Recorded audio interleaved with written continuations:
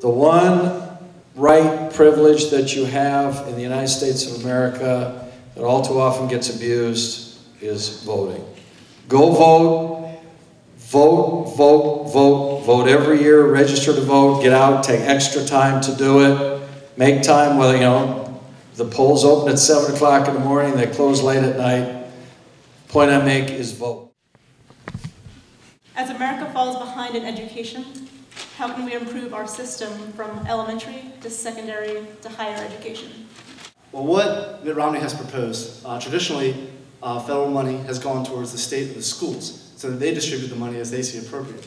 What Mitt Romney is introducing is that the money follows the student. It doesn't go to the state, doesn't go to the school. That way that money is strictly following the student. You choose your school, you choose the best one for you, and it actually follows you where you go. Simply put. Okay.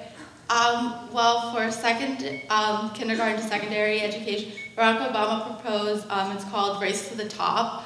It was an initiative that got 46 states to raise their standards on tests as well as teacher evaluations so that our rating can go up in the world, because right now we are, for an industrialized nation, we are very far behind in our ratings for math and science, which those help with engineering jobs.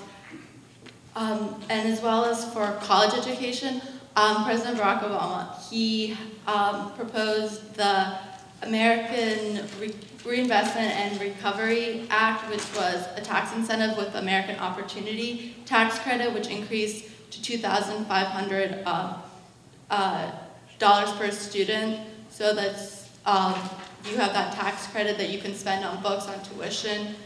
And as well as he enacted Pay As You Earn, which is a program that capped monthly interest on student loans so that you could pay as much as you can with your discretionary income instead of being weighed down by student loans. How should we address our most popular yet expensive social programs, Social Security and Medicare? It's called the Affordable Health Care Act. A lot of you know it as Obamacare, as it's been coined.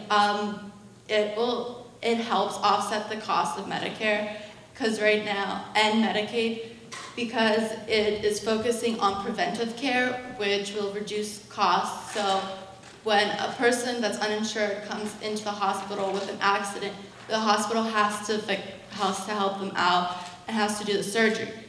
Preventative care with Obamacare will make sure everyone is insured. So instead of spending lots of money on that, on a problem that an individual did not get taken care of earlier because they didn't have insurance, it would make an incentive for them to go earlier, get it fixed, because they will have insurance and they will have it covered, so it doesn't grow into a big problem that we, the taxpayers, then end up having to pay. Things to remember here.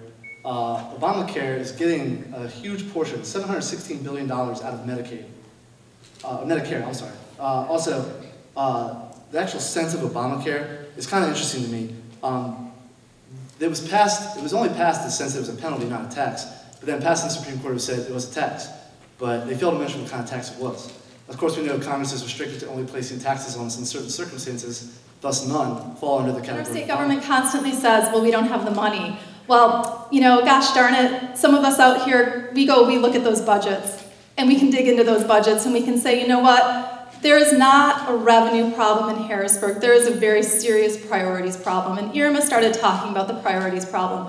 Our state government is not fiscally responsible right now. Our state government does not have good priorities with how they are spending our tax dollars. That second statement was that previous statement was the second time you mentioned problems with lobbying in the legislature.